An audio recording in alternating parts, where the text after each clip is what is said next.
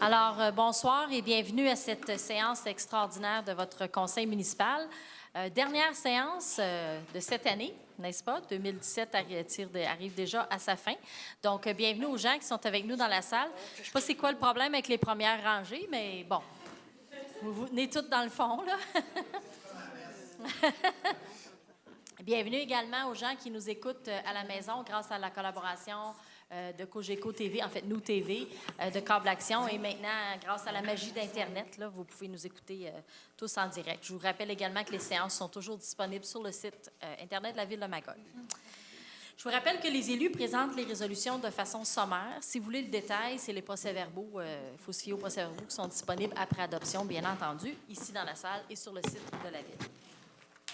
Donc, sans plus tarder, on pourrait procéder à l'adoption de l'ordre du jour. Excusez, il manque une page. C'est qui me prend? Proposé par le conseiller Bertrand Bilodeau. Je propose que l'ordre du jour de la présente séance soit approuvé tel que présenté. Ça va pour tout le monde? Donc, c'est adopté à l'unanimité. Est-ce qu'il y a des questions portant spécifiquement sur l'ordre du jour? Ça va? Donc, au point 3, approbation de procès-verbaux proposé par le conseiller Yvon Lamontagne. Je propose que les procès-verbaux des séances extraordinaires du lundi 11 décembre 2017 soient approuvés tels que présentés. Ça va pour tout le monde? Donc, c'est adopté à l'unanimité. Maintenant, au point 4, conseil municipal, 4.1, modification à la liste des nominations sur les comités et commissions proposée par le conseiller Samuel Côté. Je propose que la liste des nominations sur les comités et commissions adoptée par la résolution 541-2017 soit modifiée comme suit. Retirer de la Commission des sports et de la vie communautaire le chef de division sport, activités physiques et plein air et le chef de division loisirs et vie communautaire. Remplacer sur le comité de la famille et habitation par le comité de suivi du plan d'action familial et aîné, y est nommé les personnes suivantes. Comme élu, le président Samuel Côté, membre d'office Vicky Méham, 2 représentants des aînés, 2 représentants de la famille et 1 représentant chef de division loisirs et vie communautaire. Remplacer le nom Musée d'art naïf Yvon Monsieur Daigle par Musée international d'art naïf de Magog. Ajouter la nomination suivante sur le comité de l'Aréna de Magog, comme les 2 élus seront Samuel Côté et Jacques Laurando, et remplacer dans l'Association des redistributeurs d'électricité du Québec par le général et le comité technique le nom de M. Michel Turcotte, directeur des travaux publics, par Mme Danielle Comeau, directrice des travaux publics. Donc, vous voyez, c'est des ajustements, finalement. Là. On ne fait pas déjà un remaniement ministériel, c'est juste des ajustements. Ça va pour tout le monde? Donc, c'est adopté à l'unanimité. Au point 5, direction générale, 5.1, demande d'aide financière, proposée par la conseillère Nathalie Bélanger. Icework Animation Incorporée est une nouvelle entreprise spécialisée dans les médias et le divertissement et se démarque dans l'industrie du cinéma destinée aux familles du monde entier. Icework Animation Incorporée est en pleine croissance. Icework Animation Incorporée créera 80 nouveaux emplois, dont 23 postes très qualifiés au sein de celle-ci, un minimum de 50 emplois créés ou maintenus chez les sous-traitants. Icework Animation Incorporée désire implanter un nouveau créneau, soit celui d'une télésérie d'animation Amos, chasseur de masques, un dérivé du roman de 12 livres à succès international Amos d'Aragon, de l'auteur québécois Brian Perrault, vendu à plus de 2,2 millions d'exemplaires et traduit en 22 langues. Je propose donc que la Ville de Magog accorde une subvention de 40 000 à Icework Animation Incorporée sur 2 ans, soit 20 000 en décembre 2017 et 20 000 en janvier 2018. Ça va pour tout le monde? Donc, c'est adopté à l'unanimité. Au point 6, finances, 6.1, adoption des prévisions budgétaires 2018 pour la Régie de police Frémagogue, proposée par la conseillère Diane Pelletier. Je propose que la Ville de Magog adopte les prévisions budgétaires des activités de fonctionnement de l'année 2018 de la Régie de police de Memphremagog, décrétant des dépenses et affectations de 9 789 600 et des revenus de 1 271 500. La quote-part de la Ville de Magog à 6 168 975 et celle des autres municipalités est de 2 349 125. Ça va pour tout le monde? Donc, c'est adopté à l'unanimité. Au point 6.2, mandat à l'Union des municipalités du Québec pour achat de chlorure, oui, pour l'année 2018, proposé par la conseillère Nathalie Pelletier. Je propose que la Ville confie à l'UMQ le mandat de préparer sur une base annuelle, en son nom et celui des autres municipalités intéressées, un document d'appel d'offres visant à adjuger un contrat d'achat regroupé de différents produits utilisés comme abat poussière, chlorure en solution liquide, nécessaires aux activités de la Ville pour l'année 2018. Que si l'UMQ adjuge un contrat, la Ville s'engage à respecter les termes de ce contrat comme si elle avait contracté directement avec le fournisseur à qui le contrat est adjugé. Ça va pour tout le monde? Donc, c'est adopté à l'unanimité. Pour ceux qui nous suivent régulièrement, vous savez que ce genre d'achat regroupé avec l'Union des municipalités du Québec nous permet de faire des économies d'échelle parce qu'on est plusieurs villes qui allons en soumission en même temps. Donc, le volume fait qu'on a des meilleurs prix que si on y allait individuellement. Point 7, greffe et affaires juridiques. 7.1, adoption du règlement 2643-2017 relatif aux impositions et à la tarification pour l'année 2018, proposé par le conseiller Jacques Laurando. Je propose que le règlement 2643-2017 relatif aux impositions et à la tarification pour l'année 2018 soit adopté tel que présenté. Ça va pour tout le monde? D'ailleurs, je suis posée de l'expliquer, hein, c'est ça? Je vais m'habituer à la nouvelle façon de faire, je vous le promets, d'ici la fin de l'année. Donc, c'est adopté à l'unanimité. Mais juste vous expliquer que, dans le fond, le règlement vise à pourvoir aux différentes dépenses de la Ville en déterminant les taux d'imposition, taxes et tarifications pour la fourniture par la Ville des biens et services, donc ce qui vous a été présenté la semaine dernière avec la présentation du budget. Au point 7.2, entente École Montessori, proposée par le conseiller Bertrand Bilodeau. L'école Montessori-Magog est une personne morale sans but lucratif, titulaire d'un permis d'enseignement. L'immeuble dans lequel l'école exerce ses activités appartient à une personne morale non admissible au crédit de taxe, faisant perdre de ce fait à l'école le bénéfice du crédit de taxe pour toute la période où la personne morale non admissible est propriétaire de l'immeuble. En vertu du bail entre l'école et le propriétaire de l'immeuble, les taxes municipales sont payables par l'école. L'école a fait plusieurs démarches afin de devenir propriétaire de l'immeuble et ainsi bénéficier du crédit de taxe prévu par la loi au même titre que les commissions scolaires et les autres établissements d'enseignement visés par la loi.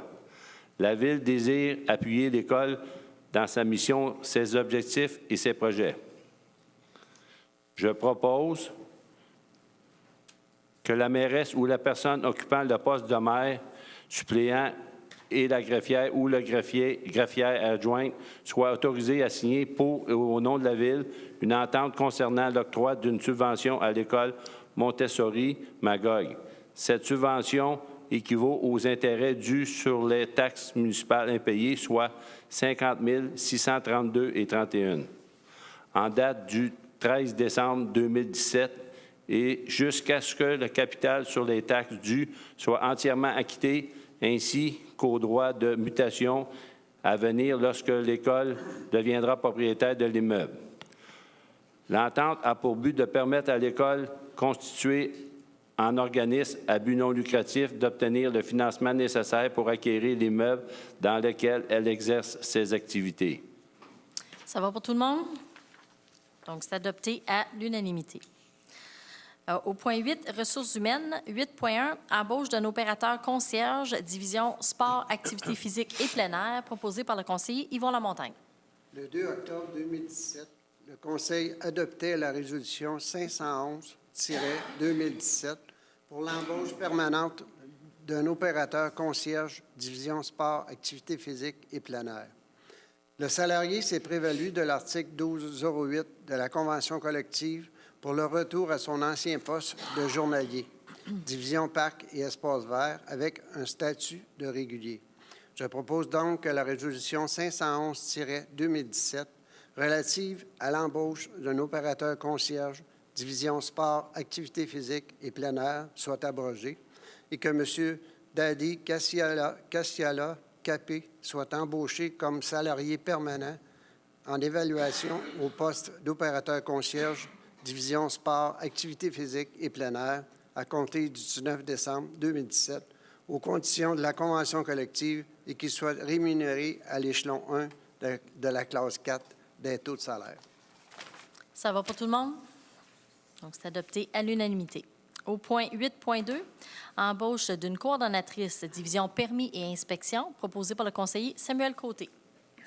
Je propose que Mme Lynne Grenier soit embauchée comme employée non syndiquée à l'essai au poste de coordonnatrice division permis et inspection à compter du 4 janvier 2018 aux conditions du recueil des conditions de travail des employés cadres et non syndiqués et qu'elle soit rémunérée à l'échelon 4 de la classe 8. Ça va pour tout le monde? Donc, c'est adopté à l'unanimité.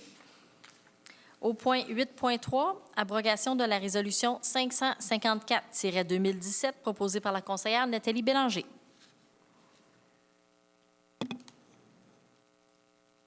Le 20 novembre 2017, le Conseil adoptait la résolution 554-2017 concernant l'embauche contractuelle d'un consultant. D'un commun accord, les parties ont convenu de ne pas renouveler le contrat, mais de rémunérer les honoraires professionnels sur une base horaire et selon les besoins ponctuels. Je propose que la résolution 554-2017 relative à l'embauche contractuelle d'un consultant soit abrogée. Ça va pour tout le monde? Donc, c'est adopté à l'unanimité. Il n'y a pas d'impact sur le budget, c'est juste le mode de rémunération qui change. Au point 9, environnement et infrastructures municipales. Au point 9.1, demande d'appui à la Commission de protection du territoire agricole pour le 1245 chemin des Pères, proposé par la conseillère Diane Pelletier. La Ville a reçu une demande d'appui à la CPTAQ pour l'utilisation à des fins autres que de l'agriculture du lot 3 485 031 pour la propriété de messieurs Éric Delbert et Alexandre Bachand, situé au 1245 chemin des Pères. La demande vise l'implantation d'une parfumerie artisanale et d'un bureau professionnel à domicile. Les usages sont conformes au règlement de zonage 2368-2010 actuellement en vigueur. Les usages projetés sont localisés à l'intérieur d'un bâtiment accessoire. La demande n'a aucun effet négatif sur les exploitations agricoles existantes puisque le bâtiment accessoire est utilisé à des fins artisanales depuis 1980. Vous devriez d'ailleurs voir sur les écrans... Non, il n'y a rien. Non? OK. En tout cas, on continue. Je propose que la Ville de Magog appuie auprès de la Commission de protection du territoire agricole et des activités agricoles du Québec la demande d'utilisation à des fins autres que l'agriculture du lot 3 485 031 pour la propriété de messieurs Éric Delbert et Alexandre Bachand, situés au 1245 chemin des Pères, pour un usage de parfumerie artisanale et d'un bureau professionnel à domicile. Il y a eu une petite erreur ici qui n'est pas la vôtre, Madame Pelletier, mais c'est pas Alexandre, mais Alexandra. Ah!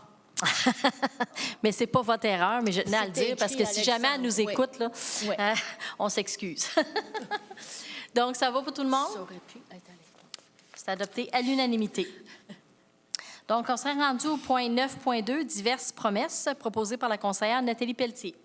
Je propose que la promesse de cession de servitude à titre gratuit sur le chemin Couture contre une partie du lot 3 485 165 d'une superficie approximative de 93 mètres carrés sur le chemin Couture signé le 13 novembre 2017 par la firme Offord Incorporée. Donc, je propose qu'elle soit acceptée aux conditions de cette promesse. La servitude est cédée aux cessionnaires pour des fins de reconstruction, d'entretien, de réparation ou de reconstruction d'une conduite d'eau potable provenant du lot 3 274 937 et alimentant le lot 3 485 165. Ça va pour tout le monde? Donc, c'est adopté à l'unanimité. Au point 10, planification et développement du territoire. 10.1, demande d'approbation de PIIA proposée par le conseiller Jacques Laurando. Le comité consultatif d'urbanisme a analysé divers plans à l'égard desquels s'applique un règlement de plan d'implantation et d'intégration architecturale. Je propose que les plans d'implantation et d'intégration architecturale suivants soient approuvés aux conditions recommandées par le CCU, incluant, s'il y a lieu, les modifications et l'obligation de fournir une garantie financière. L'adresse des travaux, c'est le 65-3875 chemin de Georgeville. C'est un permis de construire. Le 380 à 386 rue Principale-Ouest, un certificat d'autorisation. Et le 2381 à 2389 rue Principale-Ouest, un certificat d'autorisation. Ça va pour tout le monde? Donc, c'est adopté à l'unanimité. Au point 10.2, demande de dérogation mineure pour le 468 rue Bord-de-l'Eau, proposé par le conseiller Bertrand Bilodeau. La Ville de Magog a reçu une demande de dérogation mineure dont l'objet est de permettre un bâtiment accessoire gazebo ainsi qu'une dalle de béton totalisant une aire au sol de 20,25 mètres carrés dans la rive de 15 mètres à 4,2 mètres de la ligne des hautes eaux du lac Lovering, alors que le règlement de zonage 2368-2010 prévoit que sur et au-dessus de la rive des lacs et des cours d'eau, aucun travaux, aucun équipement, aucun ouvrage ou aucune construction ne soit permis. Le comité consultatif d'urbanisme a étudié la demande et recommande à la majorité qu'elle soit accordée. Je propose que la demande de dérogation mineure déposée le 30 août 2017 par M. Mathias Priès concernant le lot 4 462 994 situé au 468 rue Bord-de-l'Eau soit accordée. Cette dérogation est accordée à certaines conditions pour atténuer son impact. Est-ce que ça va pour tout le monde? Il y a des commentaires des citoyens, normalement. C'est vrai. C'est vrai. Je vais laisser filer M. Bilodeau. Moi, là, j'étais préoccupée par les images qui n'apparaissaient pas dans l'ordre, mais ça s'est replacé. Donc, vous avez les bonnes images à l'écran. Avant de procéder à l'adoption, est-ce qu'il y a des questions ou commentaires portant spécifiquement sur cette demande de dérogation mineure? Je vous demande de venir au micro et de vous nommer pour faciliter la prise de notes. Bonsoir, Mme la mairesse. Lucie Borne, Société de conservation du lac Lovering. Je lis que le règlement 2368-2010 prévoit que sur et au-dessus de la rive des lacs et des cours d'eau, aucun travaux, aucun équipement, aucun ouvrage et aucune construction ne sont permis. Il s'agit d'un bâtiment qui est installé de façon permanente à l'intérieur de la ligne où habituellement on demande de faire de la revégétalisation des berges. Tous les gens, ou presque, du lac Lovering ont fait des efforts considérables pour améliorer leurs berges, fait des plantations. Nous avons maintenant un exemple qui vient complètement contredire les efforts que les gens ont faits au cours des années. Ce terrain-là, je ne sais pas si vous avez eu l'occasion de le regarder, est un terrain où c'est très difficile d'obtenir de la végétation. Il est bordé tout le long de la façade du lac d'un mur de pierre. Derrière le mur de pierre, il y a des arbres, donc il n'y a pas beaucoup de végétation qui pousse. Il y a une habitation principale qui se trouve à l'intérieur de la zone des 15 mètres. Encore là, pas de végétation. Et on vient d'autoriser de mettre une dalle de béton dans un endroit où on aurait absolument besoin de végétation. Je me pose sérieusement des questions à savoir comment est-ce que ça a été possible de permettre cette dérogation mineure. Je vais vous donner la réponse, même si je suis certaine qu'elle ne vous satisfera pas totalement. En fait, on est d'accord avec vous sur les principes et sur la bande riveraine. C'est très rare qu'on accepte ce genre de dérogation mineure-là. D'ailleurs, pour atténuer l'impact de la dérogation mineure, on a quand même ajouté des conditions qu'on ne vous a pas lues, mais que je vais vous dire. Entre autres, une renaturalisation de la berge sur 5 mètres, conformément au règlement, parce qu'actuellement, comme vous l'avez dit, elle ne l'est pas. Ensuite de ça, l'entretien autour de cette infrastructure qui est un gazebo là, doit être minimal, c'est-à-dire 1 mètre plutôt que 2 mètres. Une fois que j'ai dit ça, une des raisons principales pour lesquelles on est arrivé à cette décision-là, c'est parce que ça a été fait de bonne foi. Hein, ça n'a pas été fait, la personne n'a pas fait ça de mauvaise foi. Ça a été fait de bonne foi, sont venus s'informer ici au permis. Puis malheureusement, il y a une erreur qui a été commise de notre part qui ont permis les travaux. Alors, de faire défaire une dalle de béton puis une infrastructure comme un gazebo, mettons que la plupart des gens autour de la table n'étaient pas à l'aise avec ça. Donc, on a préféré être plus sévère sur l'entretien et puis y mettre des conditions, finalement, pour que ce soit plus acceptable. Je suis sûre qu'elle ne vous satisfait pas complètement, mais je vous donne la raison puis l'explication quand même. Bon, alors je pense qu'on ne peut pas faire d'autre chose que ça, mais espérer que la bande riveraine sera vraiment bien revégétalisée à cet endroit-là, c'est nécessaire, absolument. Oui. Surtout pour compenser le problème qui vient d'être créé. D'ailleurs, ça l'a soulevé toute une discussion. Et vous savez qu'on est en train de revoir toute notre réglementation. Et puis, il y a certaines constructions qui, actuellement, n'ont pas besoin de permis, puis c'est correct sur un terrain en ville, mais quand un terrain est proche d'une bande riveraine, on est en train de réaliser qu'il faudrait que peut-être être plus sévère, mais exiger des permis pour des types de construction qu'ordinairement, on n'en exigerait pas, juste pour s'assurer qu'on vérifie 2 fois plutôt qu'une. Mais je pense que c'était compris dans le règlement que je viens de lire. La section que je viens de lire, je pensais que c'était compris qu'il n'y avait aucune construction. Oui, c'est compris, équipement. mais il y a eu une erreur. OK. L'erreur étant humaine, malheureusement, ça arrive. Bon, merci. Merci. Jean-Noël Leduc, vice-président de la Société de conservation. Je suis bien d'accord qu'il y a eu une erreur, d'après ce que vous avez dit, une erreur de la Ville. L'autre en a profité. Mais est-ce que c'est possible de déplacer tout le monument au complet? Non. Bien, en fait, est-ce que c'est possible? Il n'y a rien d'impossible, Oui, mais il y a ça rien obligerait... d'impossible. Il n'y a rien d'impossible. Ça obligerait qu'il défasse sa dalle de béton, qu'il fasse une reconstruction, parce que c'est pas... C'est pas nécessaire de faire la dalle de béton.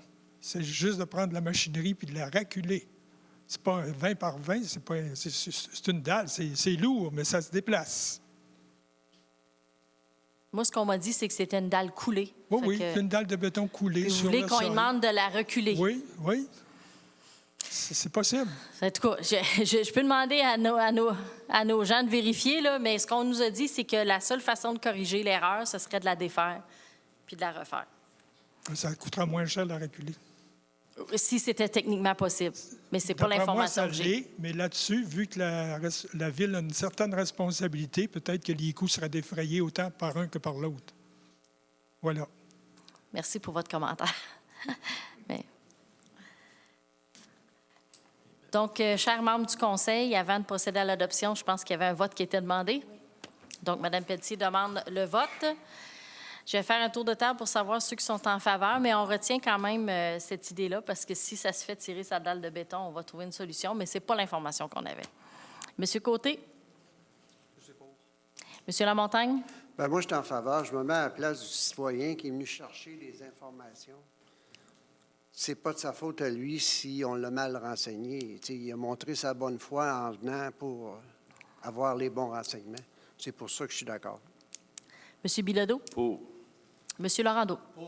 Madame Pelletier? En faveur. Puis c'est ça, bien que je comprenne votre position, les gens de l'Association du lac Lovering, c'est vraiment comment Mme la mairesse l'a expliqué avec M. Lamontagne, qui fait que je ne peux être autrement qu'en faveur de cette dérogation. Madame Pelletier?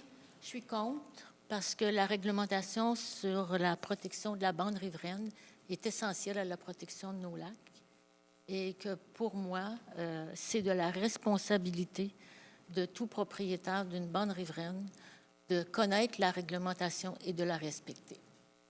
Madame Bélanger? Pour les mêmes raisons qui ont été énoncées. Tout ça a été fait de bonne foi. Puis je pense que ce n'est pas à l'ensemble des citoyens. Si c'est la Ville qui défraie une certaine facture, c'est l'ensemble des citoyens qui absorberont cette facture-là.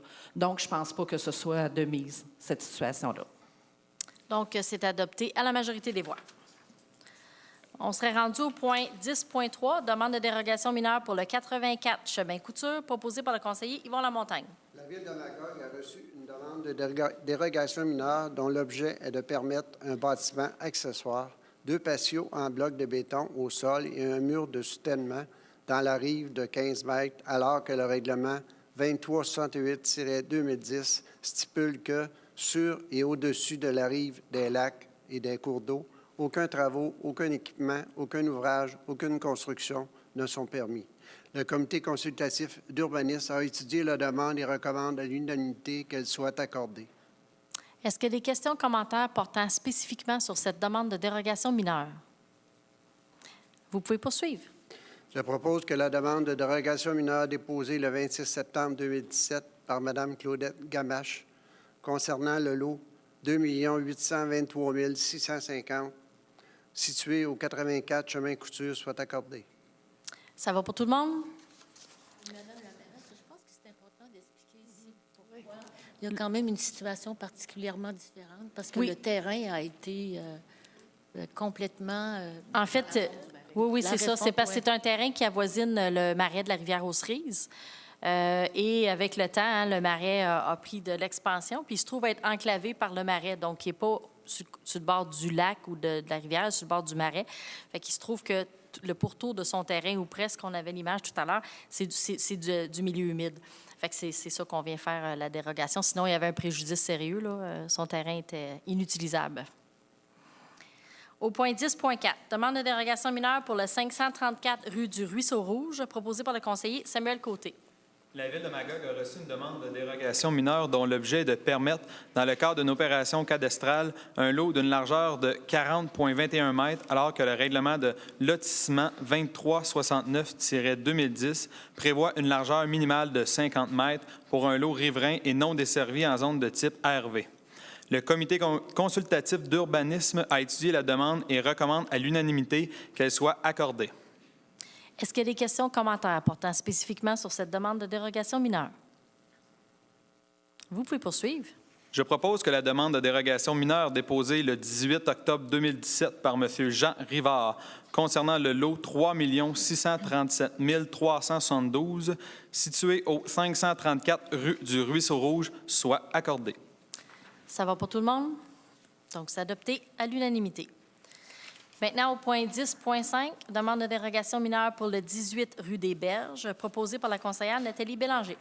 La Ville de Magog a reçu une demande de dérogation mineure dont l'objet est de permettre une marge latérale ouest minimale de 1 mètre pour une thermopompe, alors que le règlement de zonage 2368-2010 prévoit que les thermopompes doivent avoir une marge latérale minimale de 2 mètres. La quiétude du voisinage est en cause par l'acceptation d'une telle dérogation. Les principaux motifs du refus sont l'absence de préjudice sérieux et la possibilité de réaliser un projet conformément à la réglementation. La Ville considère que l'impact de la dérogation demandée ne peut être catégorisé de mineur. La volonté de la Ville de préserver des marges supérieures à cette demande. Le comité consultatif d'urbanisme a étudié la demande et recommande à l'unanimité qu'elle soit refusée. Est-ce qu'il y a des questions, commentaires portant spécifiquement sur cette demande de dérogation mineure? Oui, vous pouvez venir au micro, puis juste vous nommer, s'il vous plaît.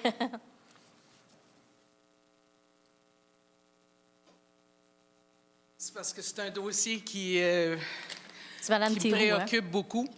Juste rappeler votre nom. Hélène Théroux. Théroux. C'est ça, Je savais suis que c'était Mme propriétaire Théroux, du 22 des Berges. OK. J'avais envoyé une lettre, mon dossier, dans le fond, parce qu'on ne trouvait pas mon dossier de plainte.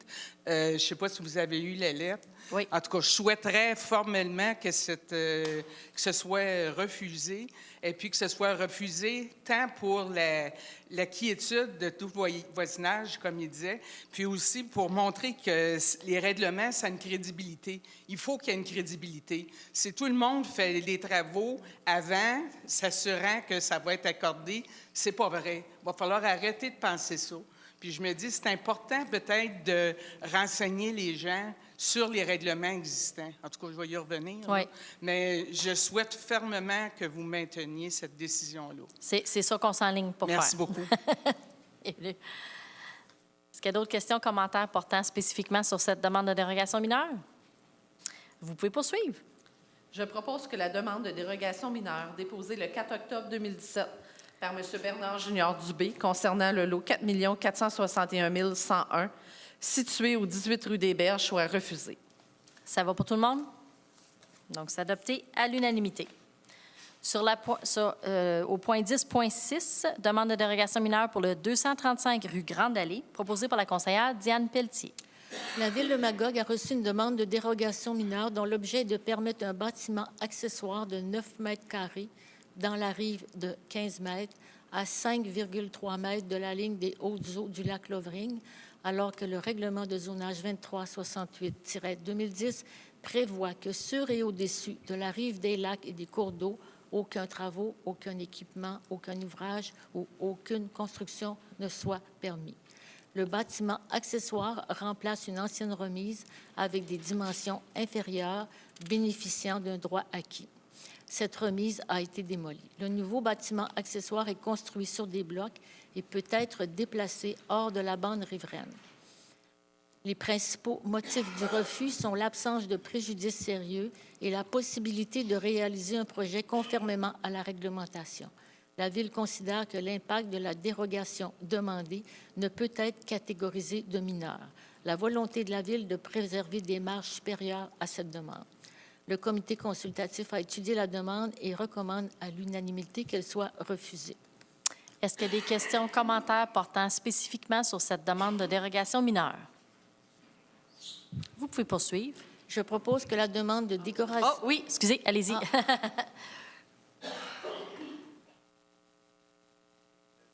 Steve de Courcy, concernant la dérogation. Donc, si je comprends bien, ça va être refusé à Oui. l'unanimité. Même si on avait, dans le dossier, dit qu'on pouvait la déplacer, remplacer un bâtiment existant qui était là depuis 40 ans, le cabanon qui était là depuis 40 ans. Mais dans le fond, le nouveau cabanon qu'on avait... Oui. Est-ce que vous pouvez vous approcher du micro? Je suis sûr que les gens ne vous entendent pas. OK. Fait que on dit qu'il ne pourra pas être déplacé. On avait proposé qu'il soit déplacé de quelques mètres. Ça non plus, ça sera pas... Ça peut Il pas peut être déplacé, mais il ne faut plus qu'il soit dans la bande riveraine.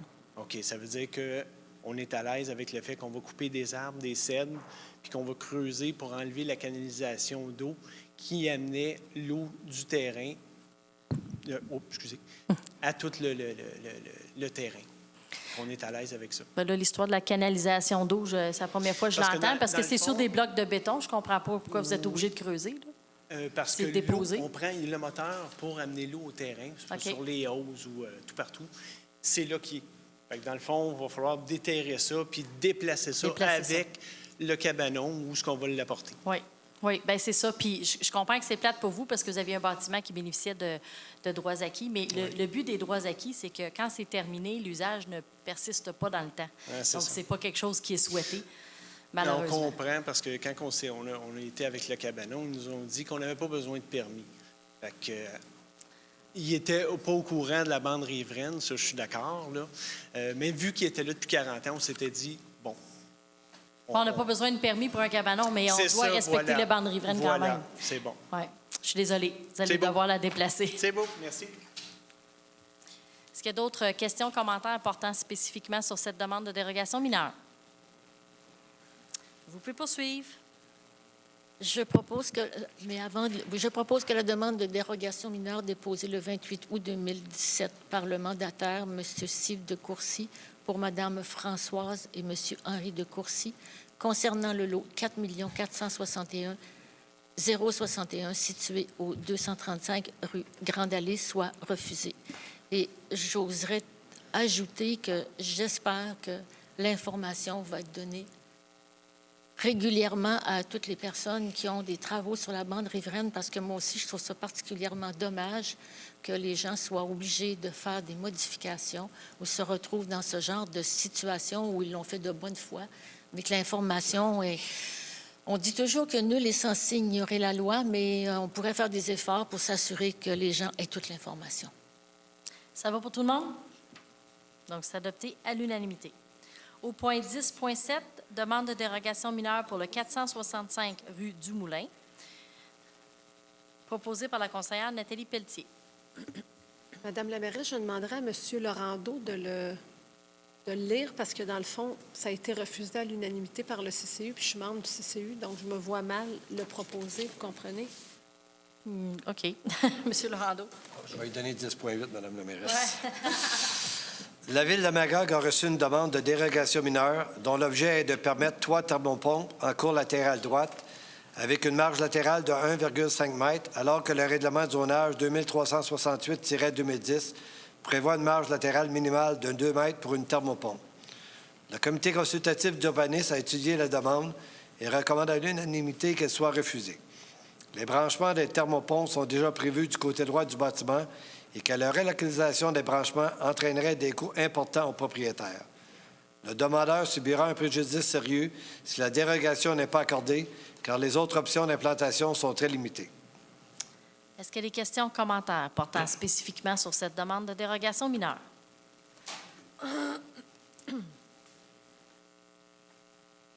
Bonsoir, Michel Raymond. Bonsoir. C'est plutôt rare que j'intervienne pour les dérogations mineures.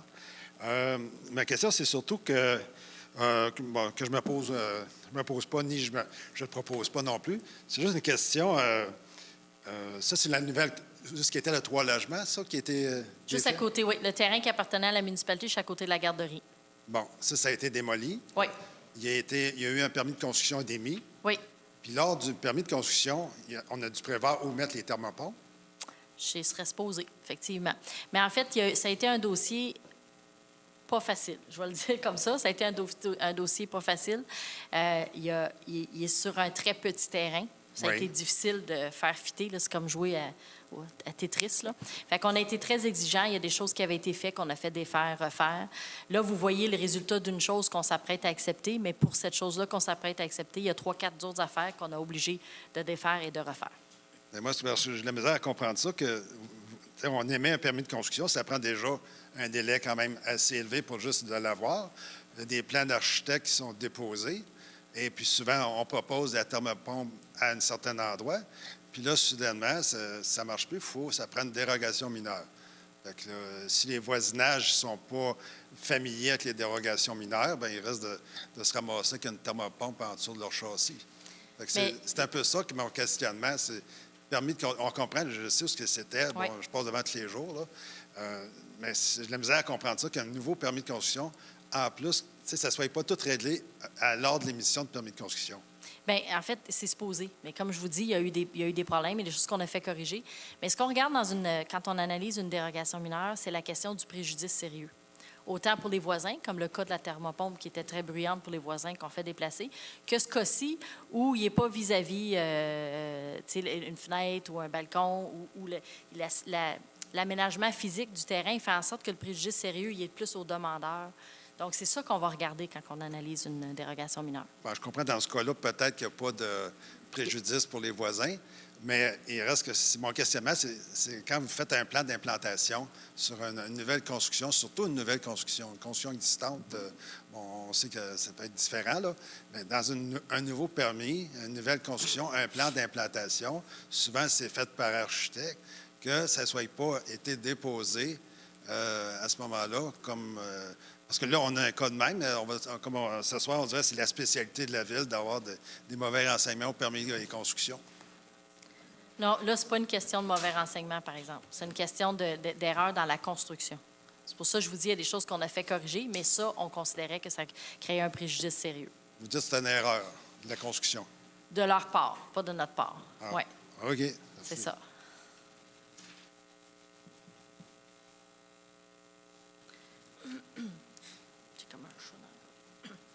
Oui, bonsoir. Mon nom est Pierre Boucher. Bonsoir. Concernant l'histoire des thermopompes, je vais vous apporter un cas personnel où j'ai dû déplacer ma thermopompe qui était à 3 mètres de la distance parce que supposément la thermopompe était bruyante. Les services techniques de la Ville m'ont dit vous auriez pu faire une dérogation mineure, mais étant donné que le voisin a fait une plainte, vous ne pouvez plus en faire. Donc là, présentement, ce qu'on amène, c'est que si le voisinage fait une plainte, à ce moment-là, ce nouveau bâtiment-là va devoir déplacer aussi sa thermopompe.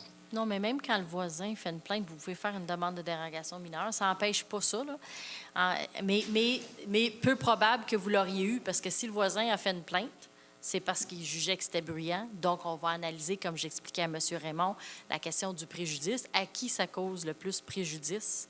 Le fait que ce soit dérogatoire. D'accord. Donc, sans parler dans l'ensemble, parce que suite à cet événement-là, dans l'ensemble de mon secteur, incluant aussi la plage routière, je vous dirais 8 à 10 des thermopompes sont non réglementaires au niveau de leur situation. Ah, ça se peut. Donc, de l'échanger. Je ne veux pas parler d'un cas personnel, mais c'est l'information que j'ai reçue des services techniques de la Ville. Donc, ça... Mais peut-être que ce qu'il voulait dire, c'est que comme il y avait une plainte, ça voulait dire qu'il y avait une nuisance pour le voisin, puis ce préjudice. Ça ne vous aurait rien donné de faire une demande de dérogation, mais ça ne vous enlève pas le droit de le faire. En tout cas, juste pour dire que il existe quand même un certain élastique à quelque part, là, je pense, qui oui. est important d'ajuster. Dans l'interprétation même de ce que c'est d'être un préjudice sérieux. Exact. Hein? Est-ce qu'il y a d'autres questions, commentaires portant sur cette demande de dérogation mineure? Vous pouvez poursuivre. Je propose que la demande de dérogation mineure déposée le 19 octobre 2017 par Gestion Pierre-Max Incorporée concernant le lot 5 946 162, situé au 465 rue du Moulin, soit acceptée à la condition de planter et maintenir une haie dense d'une hauteur d'au moins 0,9 m en bordure de la ligne latérale située du côté des thermopompes, et ce, avant le 15 juin 2018. Ça va pour tout le monde? Je demandais au vote, Mme la ministre. Pour vrai? OK. Non, je comprends. C'est parce qu'au CCU, ils ne pouvaient pas la recommander favorablement, mais ils n'étaient pas contre, là, après la discussion.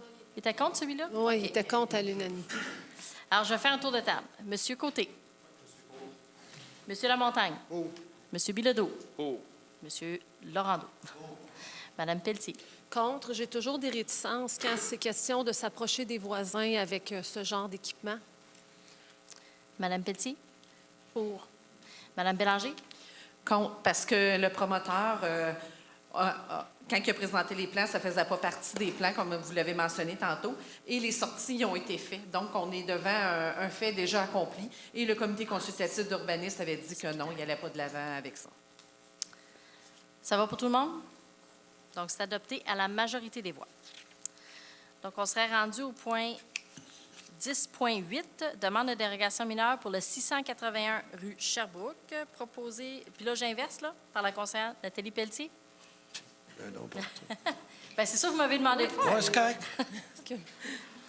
La Ville de Magog a reçu une demande de dérogation mineure dont l'objet est de permettre A, pour une enseigne à plat, une superficie de 5,65 mètres carrés, alors que le règlement de zonage 2368-2010 prévoit, pour une enseigne à plat, une superficie maximale de 4,5 mètres carrés. B, pour la même enseigne à plat, une hauteur de 0,99 mètres, alors que le règlement de zonage 2368-2010 prévoit, pour une enseigne à plat, une hauteur maximale de 0,8 mètres. C, pour la même enseigne à plat, une hauteur hors tout de 6 mètres, hors tout de 6 mètres, alors que le règlement de zonage 2368-2010 prévoit, pour une enseigne à plat, une hauteur hors tout de 4,9 mètres.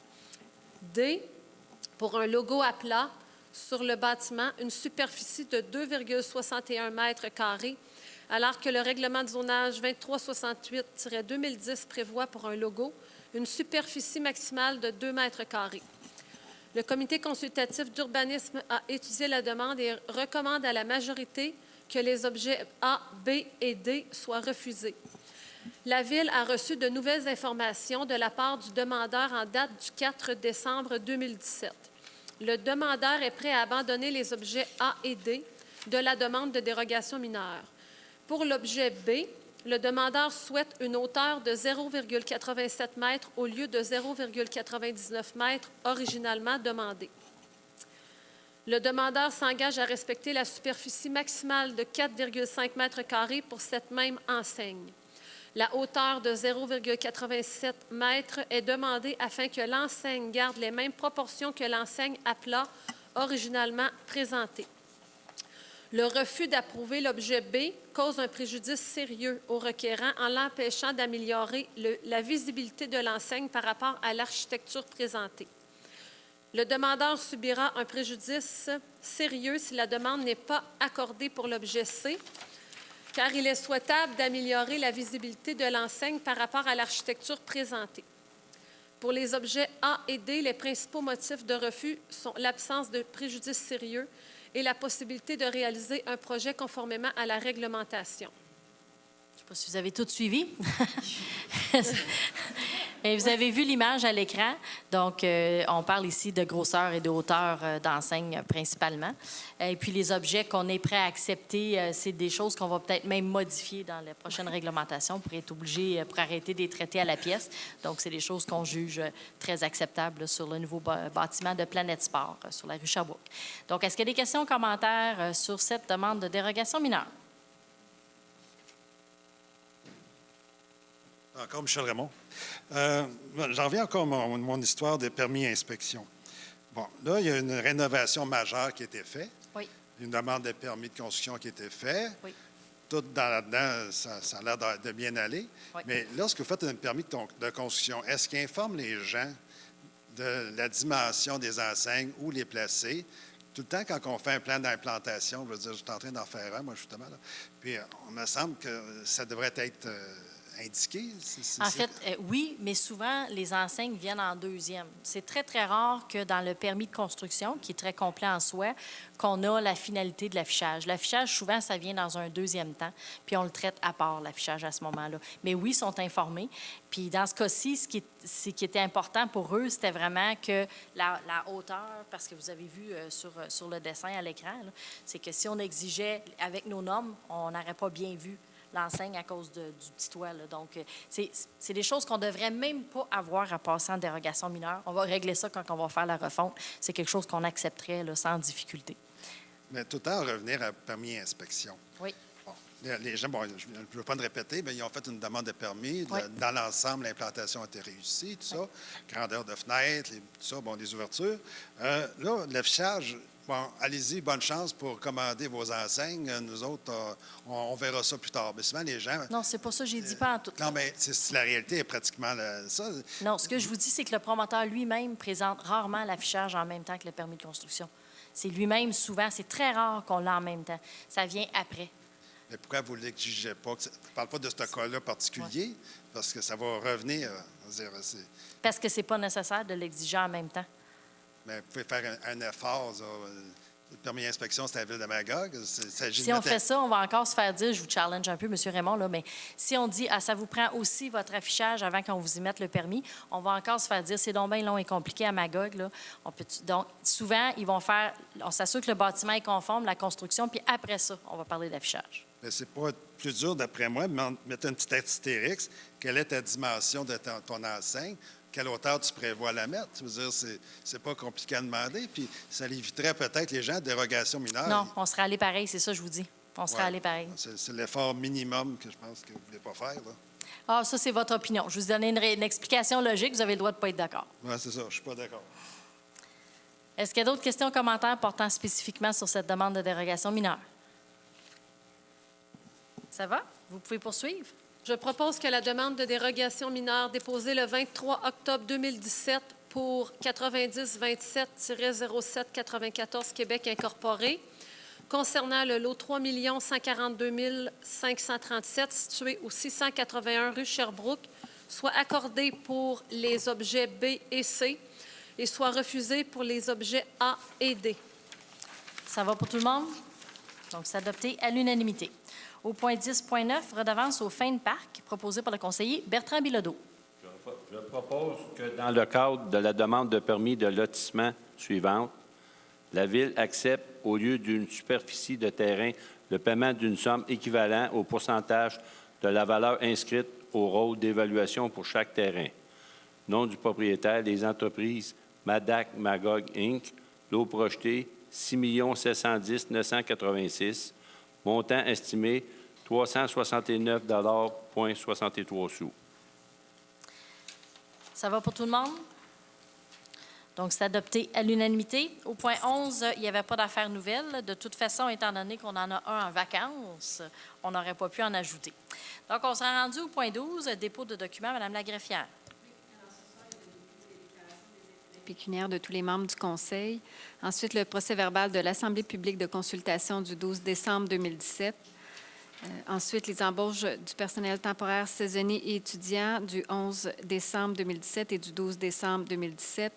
Les rapports d'embauche d'employés 2017-20 et 2017-21. Et finalement, le transfert d'un employé, le rapport portant le numéro 2017-22. Merci. Donc, on serait rendu à la période de questions de la salle. Je vous rappelle, puisque c'est une séance extraordinaire, que les questions doivent porter sur les sujets qui sont à l'ordre du jour. Je vous demande de vous identifier, s'il vous plaît, pour faciliter la prise de notes. La parole est à vous. Bonsoir, Madame. Michel Gauthier. Bonsoir. Je vais parler de quelque chose qui n'est pas à l'ordre du jour. Mais à la dernière assemblée, j'avais eu un désaccord avec vous sur le coût du montant pour les pompiers, puis je veux vous dire que c'est vous qui aviez raison. Alors, j'ai retrouvé ça dans les procès-verbaux du mois d'octobre 2016. Et effectivement, vous aviez mentionné dans cette résolution-là que c'était 1,3 million et non pas 1 million. Alors, je vais faire cette correction-là. Je ne sais pas d'où j'ai pris le million. Pourtant, je n'ai pas gagné à la loterie. Alors, non. alors, je voulais vous dire. Mon erreur aussi, parce que. Non, mais je voulais vous dire que c'est mon erreur à moi. Alors, je ne voulais pas que les gens restent sous l'impression que c'était moi qui avais raison, mais c'était vous. Alors, une question. Une école privée, c'est considéré au même titre que les écoles publiques? Non. C'est pas à cette nature-là qu'on l'analyse, c'est parce que c'est un OBNL, c'est un organisme à but non lucratif. Les organismes à but non lucratif propriétaires de bâtiments qui répondent à certains critères ont le droit de demander une exemption de taxes. Et l'école Montessori, quand il s'est implanté, il y a déjà quelques années, voulait faire une demande d'exemption de taxes. Ils étaient propriétaires du bâtiment. Il y a eu une histoire compliquée et puis pour l'agrandissement, ils ont vendu le bâtiment, sont devenus locataires, les rendant plus éligibles à un crédit de taxe. Fait qu'ils n'ont jamais eu leur crédit de taxe. Et là, ils veulent de nouveau devenir acquéreurs. Et on sait qu'une fois qu'ils seront propriétaires, ils répondront aux exigences et pourront bénéficier d'un crédit de taxe. Pourquoi rétroactivement? On ne le rend pas rétroactif. En fait, ils vont devoir nous payer les taxes impayées. Jusqu'à maintenant, la seule chose qu'on vient atténuer, c'est les intérêts. Vu que c'est un OBNL, puis que tout ce litige-là, c'est compliqué, je ne veux pas tout dire non plus sur la place publique, mais vu que c'est un organisme sans but lucratif qui pensait bénéficier d'un crédit de taxe depuis 4 ans, 4 ou 5 ans? OK, en tout cas, depuis quelques années, ça leur coûte des gros montants en taxes. Fait qu'on a dit, on va juste alléger un peu l'impact, puis on va enlever les intérêts. Fait que la Ville ne perd pas l'argent des dernières années en taxes, mais on peut s'attendre à ce qu'une fois qu'il soit propriétaire, il fasse une demande d'exemption de taxes, exemption qui est donnée par le gouvernement provincial. OK. Deuxième commentaire, au point 6.1, adoption des prévisions budgétaires pour la régie de police. Oui. Puis, je fais cette remarque-là, je l'ai déjà faite. Je ne comprends pas que la Ville ne nous donne pas, ne nous dépose pas ces budgets-là. La MRAC, le social, la régie de police, tous les endroits où la Ville contribue de façon financière, de façon importante. Le Mont-Harford. Moi, je ne comprends pas que vous ne nous déposez pas ça, ces budgets-là, quand on vient aux assemblées. Vous voulez dire les budgets, les prévisions financières? Les prévisions ou les budgétaires, états oui. Les prévisions budgétaires. Même si le budget total, c'est 9 millions, la Ville de Magog a contribué 6 millions 169 000 ou quelque chose comme. Oui. Je ne comprends pas que vous ne déposez pas ces documents-là. Je ne comprends pas qu'on va poser de questions là-dessus. À la dernière assemblée, vous avez dit on peut aller aux assemblées de la régie de C'est déposé à cet endroit-là. Sauf que moi, c'est à la Ville que je viens, puis c'est mes taxes qui payent. C'est ici que je les paye, mes taxes. Je veux savoir où va cet argent-là, puis à quoi les dépenser. Je ne comprends pas que vous ne nous donnez pas ça. Ça ne me rentre pas dans la tête. Bien, écoute, il y a deux choses dans ce que vous dites. Est-ce qu'on pourrait vous donner plus d'informations? La réponse, c'est oui. D'ailleurs, on a la nouvelle présidente de la Régie de police autour de la table. Mme Bélanger vient d'être élue présidente de la Régie de police. Je pense qu'on pourrait peut-être vous faire un résumé. Cela dit, on ne déposera pas formellement les prévisions financières d'un tiers ici. Ça ne s'est jamais fait, mais on pourrait vous donner des informations, ça, c'est clair. Mais même si ça ne s'est jamais fait, pourquoi ça ne se fait pas? C'est l'argent des contribuables. C'est 80 du budget de la Régie de police, c'est la Ville de Magog. Oui. La MRAC, c'est 50 ou 53 ou 63 La Régie de police, c'est peut-être plus facile même que la MRAC, qui est un OBNL autonome quand même. La Régie de police, c'est parapublic. Je vais vous revenir. Mme Bélanger a fait signe qu'on va en discuter puis on va vous revenir. S'il n'y a pas de contrainte légale, puis de toute façon, c'est des informations publiques, il ne doit pas avoir de problème. Je me dis juste, est-ce que ça va être consigné dans le procès-verbal? Tu sais, j'ai la technicalité, mais c'est public. C'est des données publiques. Puis, tantôt, je ne suis pas intervenu sur les dérogations mineures, mais cette année, vous avez avoué, quand je parle de vous, je parle de la Ville, là, vous avez avoué plusieurs fois des erreurs. Puis ça m'achale un peu. Puis là, je reviens à la place Lilio Tourigny ou la place Tourigny, je ne sais pas trop quoi. La brasserie Memfrey, l'article du journal, là, c'est pas, à mon avis, c'est pas un très bon article pour la ville, ça. Quand le propriétaire de l'édifice dit « Moi, je fais mes travaux, la ville, c'est trop long, je m'en contrefous », c'est pas ça qu'il a dit, là, le contrefou, c'est moi qui dis ça, là, mais ça ne me dérange pas, je fais mes travaux, puis après ça, ça sera approuvé. Moi, je vous avais parlé de cette situation-là dès le printemps, puis vous venez de finaliser l'adoption de toutes ces affaires-là, après que tous les travaux ont été faits. Avec quoi? Y a-t-il une grosse pénalité là, pour avoir fait ses travaux lui-même puis en se disant, moi, je me contrefous de la ville? C'est le signal que n'importe qui fait n'importe quoi. Là, je répète ce que j'ai déjà dit. Puis après ça, on verra ce que la ville va faire.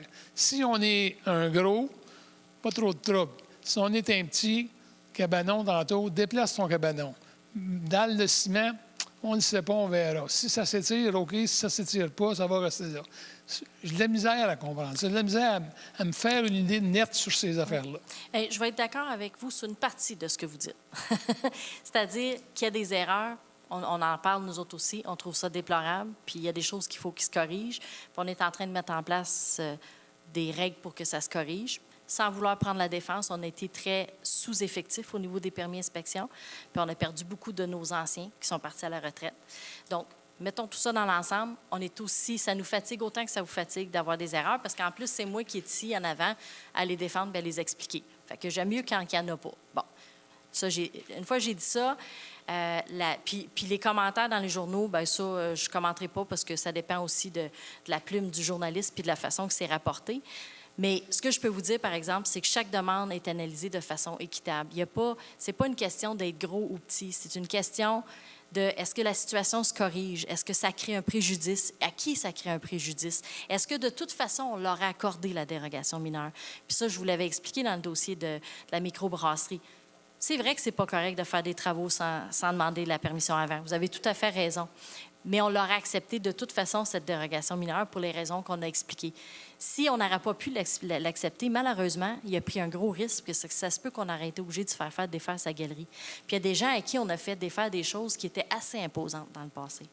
Donc, c'est pas, j'encourage personne à les faire puis demander pardon, comme on dit, parce que ça se peut que vous soyez obligé de refaire vos travaux. Mais vous avez raison, sur le fond, on voudrait qu'il y ait beaucoup moins d'erreurs, tout le monde ensemble, puis on va travailler là-dessus. Alors, quand vous aurez mis en place des mécanismes pour vous assurer que ces choses-là seront doublement vérifiées, bien, ce serait intéressant de le savoir. Parfait.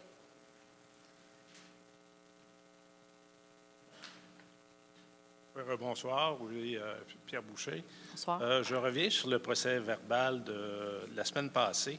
Est-ce que c'est possible d'avoir un petit peu plus de détails sur les procès-verbaux? Juste par exemple, sous mon nom, j'ai parlé de deux sujets. Un qui s'appelait des subventions des projets municipaux concernant les TIC, que vous avez bien expliqué. Et aussi, j'ai parlé d'un autre sujet qui n'est pas marqué, qui était la comparaison des dépenses budgétaires détaillées là, de votre projet entre 2017 et 2018.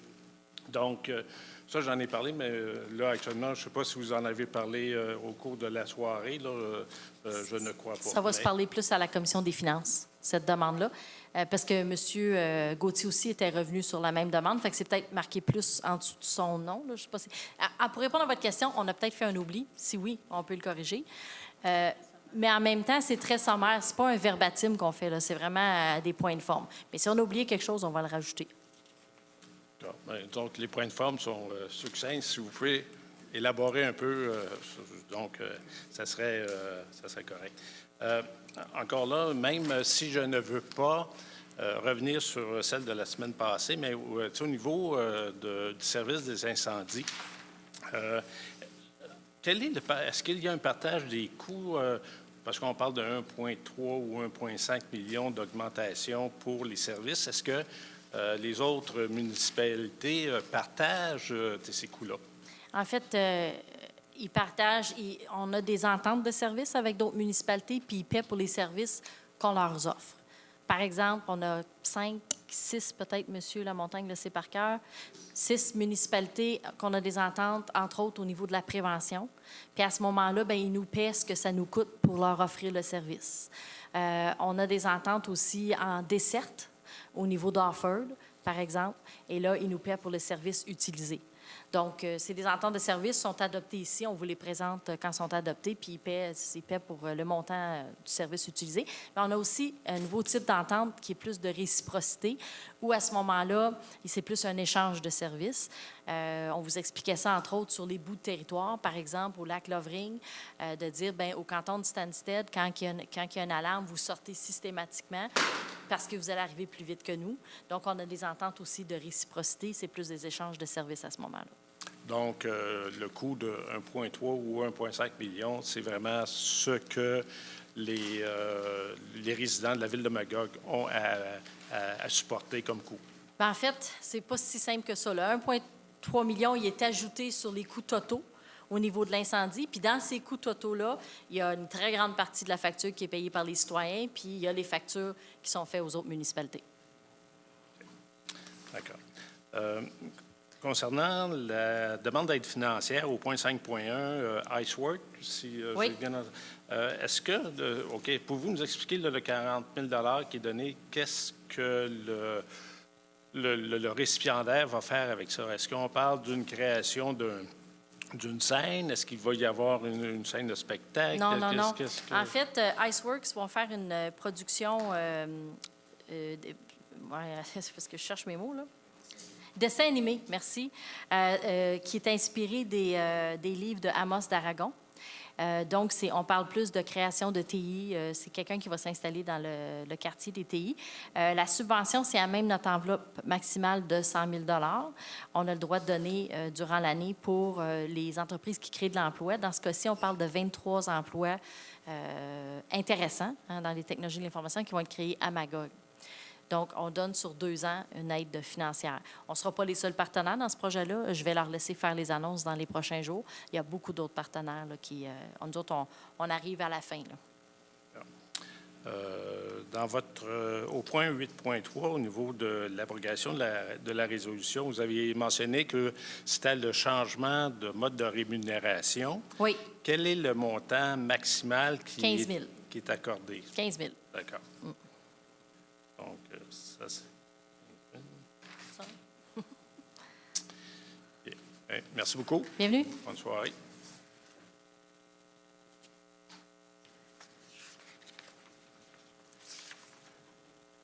Bonsoir. Bonsoir. C'est ça, c'est juste à l'ordre du jour. Oui, séance extraordinaire, c'est ça. OK, fait qu'on ne peut pas parler du train. Ah, vous reviendrez en janvier, ça va me faire plaisir. J'en reviendrai l'année prochaine, comme on dit. OK. Pour la régie de police, on comprend qu'il y a une assemblée publique, j'imagine qu'il y a à peu près juste les polices qui y vont. Là. Il n'y a pas grand monde qui vient. Des fois, j'ai vu quelques citoyens, mais ça n'arrive pas souvent. C'est un peu comme la commission scolaire, employée. Oui, il n'y a pas grand monde dans la commission scolaire non plus. La contribution de la ville, de la municipalité à la régie de police, est-ce qu'on a le droit de faire un déficit? La régie de police, est-ce qu'elle a le droit de faire un déficit légalement? Oui. Oui. Contrairement à une ville. OK. Oui. Mais là, est-ce que vous savez s'ils en font un ou pas, ou une provision, ou un surplus? Bien, on ne prévoit pas en faire un pour 2018. Madame Bélanger, on a fait un petit pour 2017. Il y en a eu un qu'on a échangé au début 2017. Si vous vous souvenez, on avait appliqué de l'argent supplémentaire parce que la régie de police était en déficit. Puis cette année, on ne prévoit pas un déficit. Là. Mais ça, écoutez, moi, tant que l'année n'est pas finie, on ne le sait jamais. Là. Ça dépend comment ils donnent d'amende à ceux qui vont trop vite. Non? C'est une joke. Non, ça n'a pas rapport. C'est une joke, je n'ai jamais eu de ma vie. Là, mais en tout cas. C'est souvent la régie de police, c'est des circonstances incontrôlables. Hein? Il peut arriver une situation, puis on dépasse le budget. OK. Mais le montant de 6 800 quelques mille, c'est-tu au prorata de la population? De quelle façon que c'est déterminé? C'est un peu plus compliqué que ça. En fait, il y a quelques années, on a décidé de prendre le modèle de calcul de la SQ parce qu'on voulait être capable de comparer. On entendait dire à Magog, la police, ça coûte pas mal plus cher, mais on a un meilleur service. Mais là, on s'est dit, j'aimerais ça savoir combien plus cher, puis c'est quoi le meilleur service. Fait qu'on avait fait toute une comparaison, puis on a pris le modèle de calcul de la SQ. Donc, ça tient compte, ça tient compte de la population, ça tient compte aussi du RFU. Puis, écoute, c'est plus compliqué que ça, je me rappelle plus. Là, il y a 2, 3... Oui, il y a un facteur d'accroissement de la population ou décroissement. Bref, fait que c'est pas tout à fait... à chaque année, ça peut varier un peu. Puis, il y a des tranches d'investissement. Cela dit, ça nous a permis de dire que notre police nous coûte 8 plus cher que ce que coûterait la SQ. Oui. OK? Donc, mais que ce qu'on s'offre de plus comme service, entre autres, un policier jeunesse à temps plein à l'école secondaire La Ruche, un policier communautaire. Donc, c'est des services ainsi que toutes... nous, quand les policiers sont malades ou en congé, ils sont remplacés, tandis que c'est pas systématique comme ça pour nos villes qui sont desservies par la SQ. Nous autres, on les garde en fonction, surtout pendant la période estivale, parce qu'on a beaucoup d'événements. Fait qu'en gros, on est arrivé à cette conclusion-là. Je pense que dans l'évaluation de la Sûreté du Québec, je pense qu'ils prenaient l'évaluation totale municipale. Je pense que c'était 15 cents qui chargeaient pour la police générale. C'est tout ça, votre calcul, ou c'est encore plus compliqué que ça? C'est plus compliqué que ça. Puis en plus, il faut partir aussi de... La SQ, son offre de base, ce serait, mettons, tant de policiers pour les services de base. Puis si on veut un policier communautaire, le prix par policier, c'est pas simple. J'aimerais ça être capable de vous l'expliquer plus en détail que ça, parce que ça fait 5 ans qu'on a fait cet exercice-là. Mais au moins, c'est comparable. Et puis cette année, on a vu la facture de la SQ, malheureusement, avoir augmenté énormément pour les villes voisines autour. Ils ont eu la mauvaise nouvelle.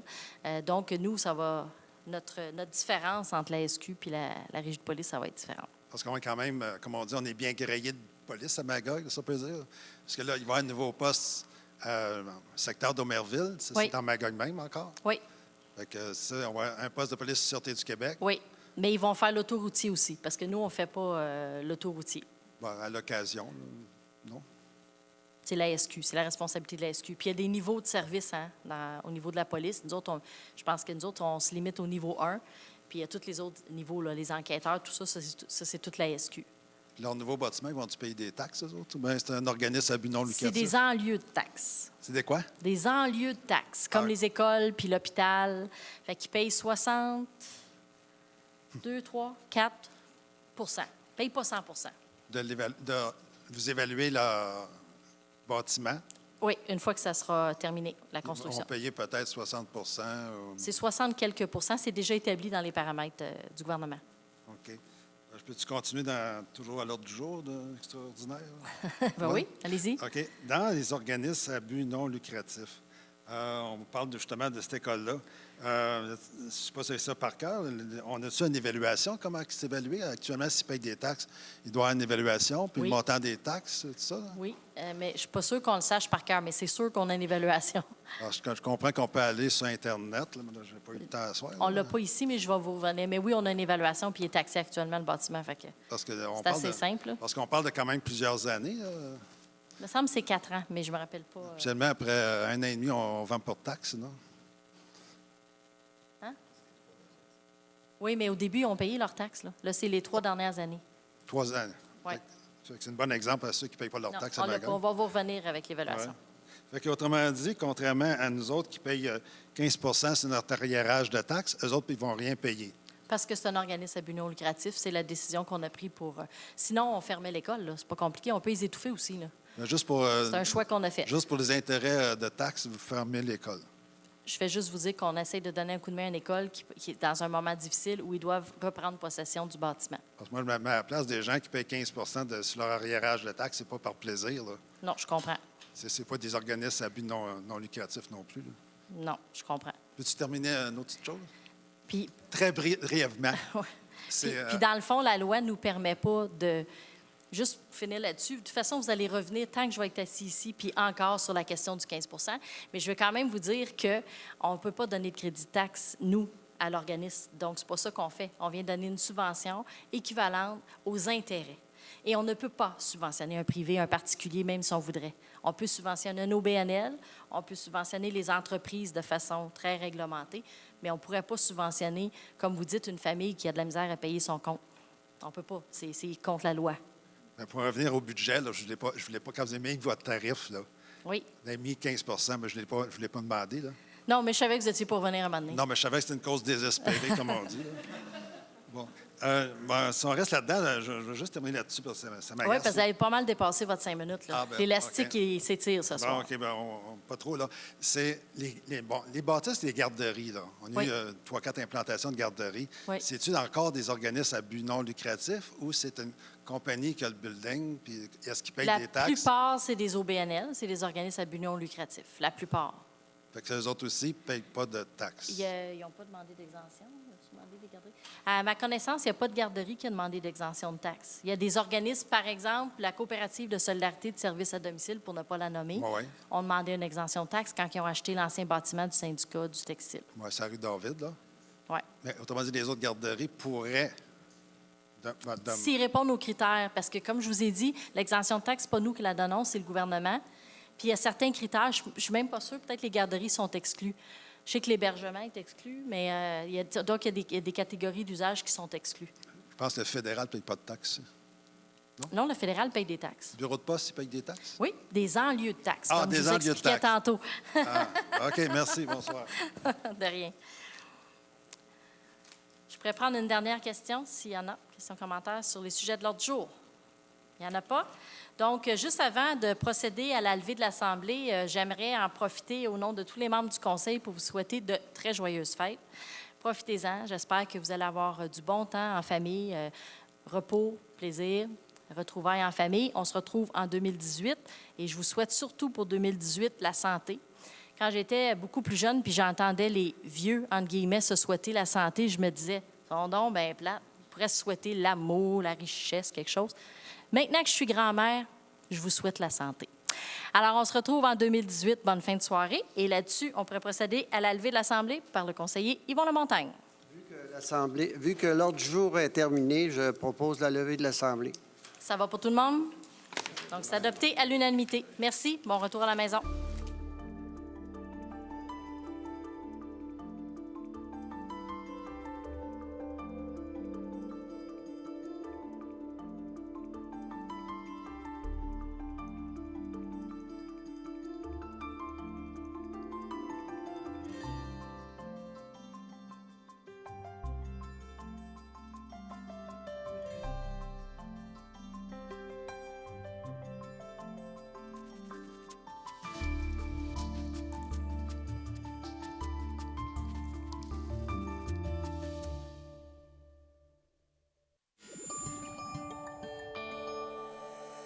Nous TV, fiers de faire rayonner notre communauté.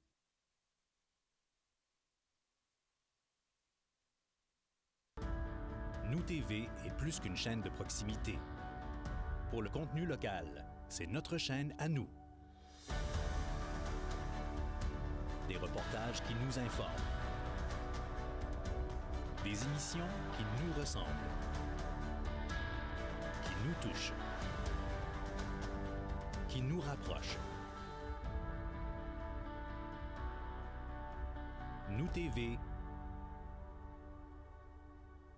c'est vous.